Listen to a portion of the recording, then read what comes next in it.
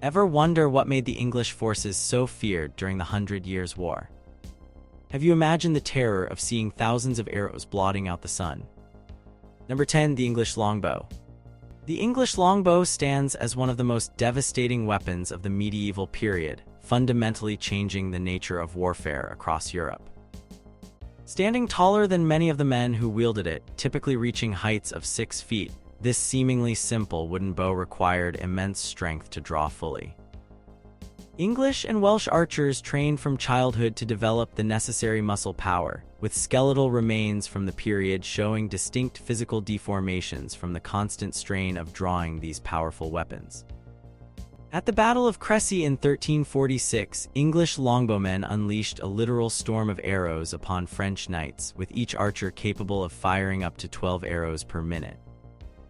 Imagine being a French knight encased in heavy armor, watching as a cloud of arrows, potentially 40,000 per minute from the entire English line, descended from the sky. Contemporary accounts describe arrows penetrating armor at distances exceeding 200 yards, creating a deadly rain that could decimate formations before they even engaged in hand-to-hand combat. What made the longbow particularly deadly wasn't just its range, but its versatility. Archers carried different arrowheads for different targets, broadheads for unarmored opponents, bodkins with narrow, square profiles specially designed to punch through mail and plate armor. The psychological impact of longbow volleys was just as significant as their physical toll. French knights at Agincourt in 1415 faced not only the arrows themselves, but also the mud created by recent rainfall, which became increasingly treacherous as more men and horses fell, creating a chaotic, slippery battlefield that further disadvantaged the heavily armored French forces. Despite requiring years of training to master, the longbow offered medieval armies something revolutionary, a weapon that could effectively counter heavily armored knights at a distance, democratizing the battlefield in ways that would forever change European warfare. The simple yew stave, when placed in the hands of trained archers, became a weapon so feared that some claim it was the beginning of the end for the dominance of mounted knights in medieval warfare. Number 9. Greek fire. What weapon could burn on water and consume both ships and men alike? What medieval secret weapon remains mysterious even to modern scientists? Greek fire represents one of the most closely guarded military secrets of the medieval world. This incendiary weapon, first developed by the Byzantine Empire in the 7th century, struck terror into the hearts of enemy navies for centuries. Unlike normal fire, Greek fire couldn't be extinguished with water. In fact, water often intensified its flames, making it particularly devastating in naval combat. Imagine being a sailor watching as jets of liquid flame sprayed across your wooden ship, clinging to every surface it touched and burning even on the water's surface around your vessel. The Byzantine Emperor Constantine Porphyrogenitus declared the formula a state secret of the highest order, writing, "The fire which is hurled against the enemy through tubes should be prepared according to our secret instructions." The exact composition remains unknown to this day, though historians believe it likely contained some combination of petroleum, pitch, sulfur, resin, lime, and possibly saltpeter or other components that created its terrifying properties. Greek fire was typically deployed through bronze tubes mounted on Byzantine ships or from the walls of Constantinople, creating a flamethrower effect that could engulf enemy vessels. The psychological impact was enormous. Arab chronicles described it as burning water that would adhere to flesh and couldn't be extinguished. During the 2 Arab sieges of Constantinople, Greek fire played a crucial role in defending the city, destroying countless enemy ships and maintaining Byzantine naval superiority for centuries. The weapon wasn't just physically devastating but psychologically terrifying. Its mysterious nature, seeming to violate the natural order by burning on water, gave it an almost supernatural reputation. Enemy sailors would sometimes jump overboard rather than face the flames, often only to find the fire burning on the water's surface around them. The weapon's formula was so closely guarded that it was eventually lost, even to the Byzantines themselves, with the last recorded use occurring in the 12th century. What made Greek fire particularly significant in medieval warfare was its strategic impact. By securing Byzantine naval dominance, it helped preserve the Eastern Roman Empire for centuries after the fall of Rome, influencing the entire political map of the medieval Mediterranean world. This liquid fire sprayed from the prows of Byzantine dromons became one of the first examples of chemical warfare, a terrifying weapon that could determine the outcome of battles before they truly began. Number 8. The trebuchet. Have you ever pictured a machine hurling boulders weighing as much as small cars? Could you imagine what happens when a 300-pound stone crashes into a castle wall at over 100 miles per hour? The trebuchet represents the pinnacle of medieval siege engineering, dwarfing earlier catapult designs with its devastating power and accuracy. Unlike torsion-powered catapults, the trebuchet used a counterweight system, often filled with tons of stones or lead to generate enormous force. The largest trebuchets could hurl projectiles weighing up to 350 pounds over distances exceeding 300 yards with remarkable accuracy. Edward I's famous Warwolf, used during the 1304 siege of Stirling Castle, was reportedly so intimidating that Scottish defenders attempted to surrender upon seeing it assembled, only for Edward to refuse their surrender until after demonstrating his new weapon's power. Medieval engineers continually refined trebuchet designs, eventually developing machines that could throw projectiles weighing as much as a small car. These massive engines required teams of skilled operators and could take days or weeks to construct on site, but their psychological impact often made the effort worthwhile. The sight of massive stones arcing overhead and smashing through stone walls created a sense of inevitable doom among defenders. What made trebuchets particularly horrifying was their versatility as terror weapons. Beyond simply hurling stones, besiegers would sometimes launch rotting animal carcasses to spread disease within besieged settlements, severed human heads to demoralize defenders, or containers of Greek fire, quicklime, or beehives to create chaos within fortress walls. During the Mongol siege of Kaffa in 1346, attackers famously catapulted plague-infected corpses into the city, potentially contributing to the spread of the Black Death throughout Europe. The trebuchet's deadly accuracy came from its counterweight design, which produced a more predictable trajectory than earlier tension or torsion-powered weapons. Skilled operators could repeatedly hit the same spot on a castle wall, gradually weakening it until it collapsed. The constant bombardment took a psychological toll as well. Defenders never knew if the next stone might crash through their ceiling or if the next projectile might contain diseased matter or incendiary materials. Perhaps most fascinating about the trebuchet is how it represents medieval engineering at its finest.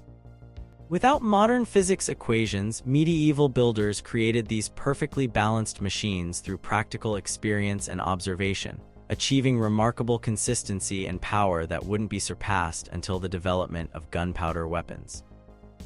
Some trebuchets, like the one constructed for the 1304 siege of Stirling Castle, were so massive they required 30 wagons just to transport their components, demonstrating how these weapons represented the medieval equivalent of modern strategic bombers: complex, resource-intensive, but completely worth it for their devastating battlefield impact. Number 7. The halberd. What happens when a spear, an axe, and a hook combine into one deadly weapon? How did foot soldiers finally gain the upper hand against mounted knights? The halberd stands as perhaps the most versatile polearm on the medieval battlefield, combining multiple deadly elements into a single weapon that could counter even heavily armored knights. Standing typically between 5 and 8 feet tall, the halberd featured a wickedly sharp axe blade for cutting, a spear point for thrusting, and a hook or thorn on the reverse side for pulling riders from their horses. This Swiss Army knife of medieval weapons allowed infantry formations to deal with virtually any threat they encountered. Swiss mercenaries particularly favored the halberd, using it to devastating effect against Burgundian forces at the battles of Grandson, Marat, and Nancy in the 1470s. In tightly packed formations, halberdiers created nearly impenetrable forests of blades that could keep cavalry at bay while also threatening other infantry. The weapon's versatility meant that soldiers didn't need to switch between different arms during the chaos of battle. They could stab with the spear point, slash with the axe blade or hook, and pull with the back spike as the situation demanded. What made the halberd particularly deadly was how it neutralized the advantages of mounted knights. The length allowed infantry to threaten riders before they could strike with their own weapons, while the axe blade could deliver devastating cuts even against armored opponents. Most feared was probably the hook on the back, specifically designed to catch the edges of armor plates or pull riders from their mounts. A knight unhorsed by a halberd hook would find himself suddenly vulnerable on the ground, weighed down by the very armor that was supposed to protect him. The psychological impact of facing halberd formations was significant.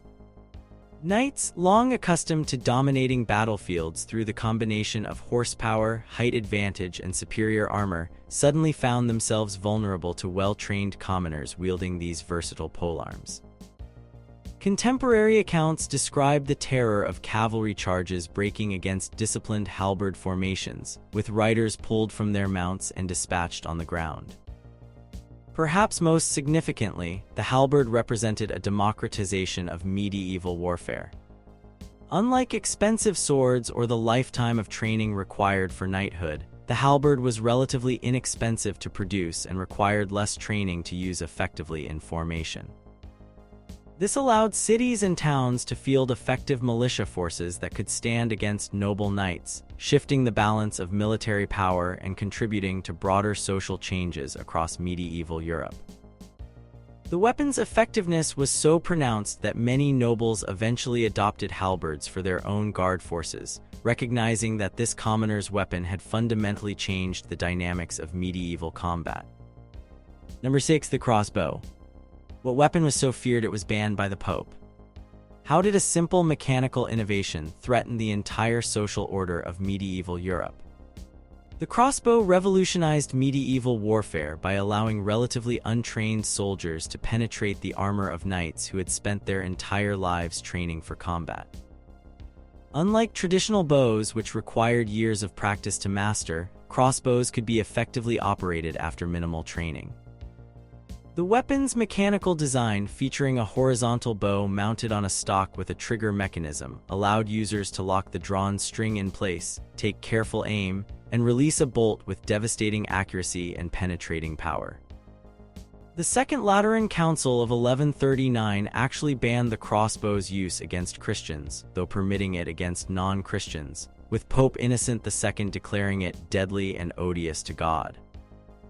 This extraordinary religious prohibition speaks to how profoundly disruptive the weapon was to the medieval social order. Suddenly, a peasant with a crossbow could kill a knight who had trained since childhood, a democratization of violence that threatened the entire feudal system. What made the crossbow particularly deadly was its penetrating power. The mechanical advantage provided by the spanning mechanism, whether simple lever, cranquin, or windlass, allowed for draw weights far exceeding what human arms could manage with traditional bows. The heaviest medieval crossbows featured draw weights of up to 1,200 pounds, enabling them to punch through plate armor at close ranges. Richard the Lionheart himself famously died from a crossbow bolt in 1199 while besieging a castle in Limoges, France, killed by a common soldier despite being one of the most renowned warriors of his age. The psychological impact of crossbows extended beyond their physical danger. They represented one of the first truly point-and-shoot weapons, requiring minimal skill compared to traditional archery. Knights who had dedicated their lives to mastering combat suddenly found themselves vulnerable to peasants with a few days of training. This fundamentally upset the military balance that had underpinned European feudal society, where the knight's superior equipment and lifetime of training had previously ensured battlefield dominance. Crossbows weren't without drawbacks. Their rate of fire was significantly slower than the longbow, with trained crossbowmen managing perhaps 2 to 3 shots per minute compared to the longbow's 10 to 12. However, this limitation was offset by the minimal training required and the crossbow's devastating impact against armored opponents. By the late medieval period, Advances in crossbow design, including steel prods bows, sophisticated spanning mechanisms, and improved triggers, had created weapons capable of consistently penetrating plate armor at battlefield ranges, forever changing the calculus of medieval combat and contributing to broader social changes as military power became less exclusively concentrated in the hands of the knightly class. Number 5. The warhammer. How do you defeat an opponent encased in steel plate? What happens when a weapon designed specifically to crush armor meets the human body beneath? The warhammer emerged as a direct response to the development of plate armor in the late medieval period. As knights became increasingly well protected against cutting and piercing weapons, battlefield innovation led to the creation of specialized weapons focusing on concussive force. The typical warhammer featured a hammerhead for crushing blows on one side and a spike or beak on the other, a vicious combination specifically designed to defeat the most advanced armor of the day. Unlike swords or axes that might glance off plate armor, the concentrated force of a warhammer's blow could dent armor inward, crushing the flesh beneath without necessarily penetrating the steel itself. Even a glancing blow could cause concussions or broken bones beneath seemingly intact armor. The weapon's spike or beak, meanwhile, was engineered with a needle-like point and reinforced base that could punch through metal with focused force, finding gaps between plates or creating holes in the armor itself.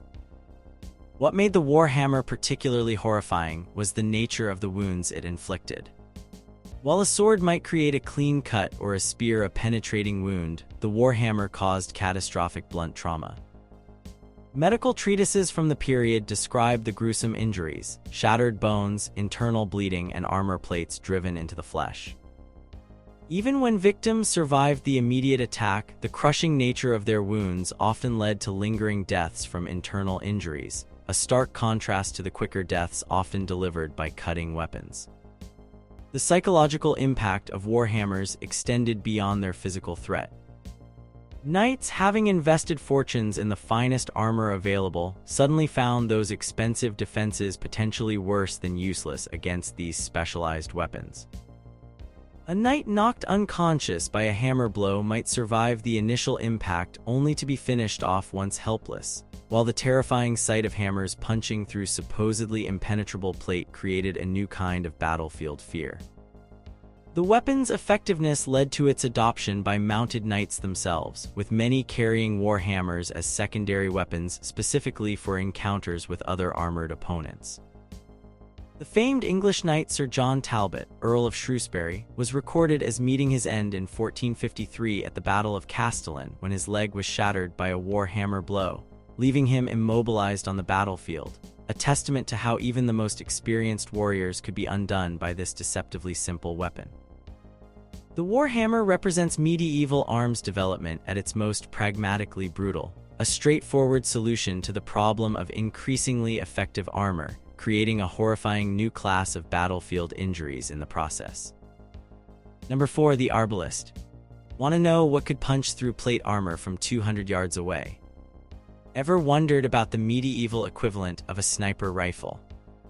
The arbalest represents the pinnacle of medieval crossbow technology, a weapon so powerful it redefined the boundaries of personal protection on the battlefield.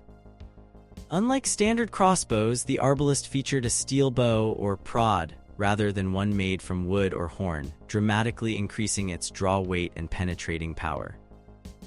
These weapons commonly featured draw weights exceeding 1,000 pounds, some approaching 1,200 pounds, requiring specialized spanning mechanisms like cranquins or windlasses that used gears and winches to draw the string. The power of the arbalest was legendary. Contemporary accounts describe bolts penetrating shields, armor, and the wearer beneath with disturbing regularity. During the 100 Years' War, English knights developed a particular fear of these weapons in French hands.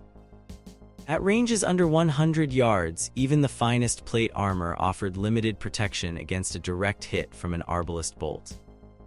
The weapon's effectiveness prompted ongoing arms races between armor smiths and crossbow makers, with each innovation in protection met by increased crossbow power. What made the arbalest particularly significant on the medieval battlefield was its democratizing effect on warfare. While knights required years of training and enormous financial resources for their equipment, an arbalest could turn a commoner into a deadly threat after just days of basic instruction. This fundamentally challenged the military supremacy of the knightly class. The psychological impact was profound. Knights who had devoted their lives to the mastery of arms could be killed from distances beyond their ability to retaliate by soldiers with minimal training. The arbalest's tactical impact extended beyond its raw killing power. These powerful crossbows required considerable upper body strength and specialized equipment to span, resulting in slow rates of fire, typically 1 to 2 bolts per minute. However, their extreme accuracy compensated for this limitation. Unlike the showering volleys of longbowmen, arbalest shooters could pick specific targets with devastating precision. Military commanders would position their arbalestiers to target enemy leadership specifically, creating a medieval version of sniper warfare that could decapitate enemy command structures. The weapon's fearsome reputation extended across Europe and into the Middle East, where crusaders and their opponents both adopted variations of the weapon. Its construction required specialized craftsmen, with the steel prods representing significant metallurgical achievements for the era. Some of the most powerful arbalests were so difficult to span that they featured stirrups for the operator to brace against while using 2 hands on the spanning mechanism, a testament to the extraordinary mechanical advantage needed to harness their power. The arbalest's ability to defeat the most expensive armor available democratized killing power on the medieval battlefield, contributing to broader military and social changes as the medieval period progressed toward the early Renaissance. Number 3. The mace. How does a simple metal club become one of history's most feared weapons? What happens when religious restrictions meet battlefield innovation? The medieval mace represents one of warfare's most elegant solutions to a complex problem: how to defeat increasingly sophisticated armor without relying on a cutting edge. While swords and axes might struggle against mail and plate, the mace focused entirely on concussive force, delivering devastating blunt trauma regardless of the target's protection. The basic design consisted of a heavy metal head mounted on a handle, typically featuring flanges, knobs, or spikes to concentrate the force of impact and prevent the weapon from glancing off armor. The mace gained particular prominence among the clergy, who faced an interesting theological dilemma. Church doctrine prohibited priests from drawing blood, yet clergymen often found themselves in combat situations. The mace offered a convenient loophole: it could crush opponents without necessarily causing bleeding, allowing bishops and other religious leaders to participate in combat while technically adhering to their restrictions. Bishop Odo of Bayeux, half-brother of William the Conqueror, is famously depicted in the Bayeux Tapestry wielding a mace at the Battle of Hastings, demonstrating this theological workaround in practice. What made maces truly terrifying was the nature of the injuries they caused. Unlike cutting weapons that might create survivable wounds, maces delivered catastrophic blunt force trauma, shattering bones, causing internal bleeding, and inflicting traumatic brain injuries that were virtually untreatable by medieval medicine. A solid hit from a flanged mace could dent plate armor inward, creating secondary injuries from the metal itself while transferring enough force to break bones beneath. The concentration of force achieved by the flanged or knobbed designs meant that even glancing blows could cause significant injury. The psychological impact of maces extended beyond their physical threat. They represented a brutally efficient counter to the most expensive armor of the day, effectively nullifying the protection that knights had invested fortunes to obtain. The sound alone, the distinctive crack of metal on metal, followed by the duller thud of impact on the body beneath, became a feared battlefield signature. Some medieval accounts describe armored knights being rung like bells by powerful mace strikes, left disoriented and vulnerable to follow-up attacks. By the 15th century, specialized variations like the flanged mace had become standard sidearms for mounted knights across Europe, particularly valued as secondary weapons for close combat after lances were dropped or broken. Their effectiveness, combined with relative affordability and straightforward use, made maces democratic weapons that appeared at all levels of medieval society. From elaborately decorated ceremonial pieces carried by nobility to simple iron-headed weapons wielded by common soldiers, the mace's fundamental design principle, focused concussive force, remained consistent through centuries of warfare, making it one of the medieval period's most enduring and feared weapons. Number 2, the two-handed sword. What happens when a sword grows to the size of a man? How could a single weapon clear entire sections of a battlefield? The two-handed sword represents medieval weapon design pushed to its logical extreme, a blade so massive it required dedicated training and exceptional strength just to wield effectively. These enormous weapons, known variously as zweihanders in Germany, montantes in Spain, or spadons in Italy, could reach lengths exceeding 6 feet with weights of up to 7 to 8 pounds. While not as heavy as popular culture suggests, well-balanced examples were surprisingly maneuverable in trained hands, they still required exceptional skill to use effectively in combat.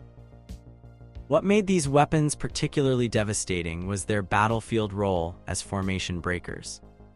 German Landsknecht mercenaries designated special soldiers, Doppelsoldners, who received double pay, to wield these massive swords at the front of pike formations. These specialists would swing their blades in wide arcs, literally batting aside enemy pikes to create openings for their comrades. Contemporary accounts describe these swordsmen creating streets through densely packed pike formations, shattering weapon shafts and clearing paths through seemingly impenetrable walls of spears. The psychological impact of these weapons cannot be overstated. Imagine being a pikeman secure in your formation when a warrior wielding a sword nearly as tall as you charges forward, systematically destroying the very weapons you're relying on for protection. The sight of these massive blades sweeping through the air created terror disproportionate to their actual numbers on the battlefield.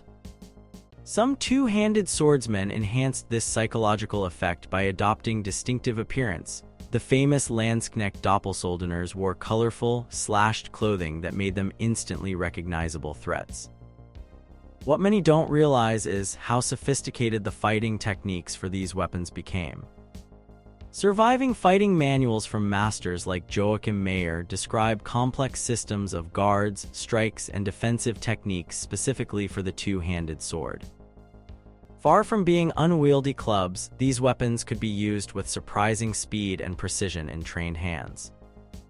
The lengthy grip allowed for quick hand position adjustments, while the extended crossguards protected the wielder's hands and could be used for hooking or striking opponents in close combat. The two-handed sword represents a specialized response to the changing nature of medieval warfare, particularly the rise of pike formations. While not practical for every battlefield situation, in their specialized role as formation breakers and morale shatterers, they are among the most visually impressive and psychologically intimidating weapons of the medieval period. Their effectiveness is attested by their continued use well into the early modern period, with ceremonial versions remaining symbols of authority long after their practical battlefield role had diminished, a testament to both their physical impact and their powerful psychological presence on the medieval battlefield. Number 1. The flail. Ever wondered what happens when a spiked metal ball connects with human flesh at full swing? How does a weapon specifically designed to bypass defenses change the psychology of medieval combat? The flail represents perhaps the most visually distinctive and psychologically terrifying weapon of the medieval period. Consisting of a wooden handle connected by chain or rope to a striking head, typically a metal ball studded with spikes, the flail's unique design allowed it to strike from unexpected angles and bypass traditional defenses. Unlike rigid weapons that move in predictable arcs, the flail's flexible connection created a distinctive whipping action that could accelerate the striking head to devastating speeds while making defensive blocking extremely difficult. What made the flail particularly deadly was its unpredictability. Shield blocks that might stop a sword or axe proved dangerously ineffective against flails, as the chain would simply wrap around the shield's edge, allowing the striking head to continue its arc and potentially hit the defender from an unexpected angle. Even worse, the flail's momentum could easily tear shields from defenders' grips, leaving them suddenly exposed. Similarly, attempts to parry with weapons often proved disastrous, as the flail's chain would wrap around the defending blade, potentially disarming the opponent or creating openings for follow-up attacks.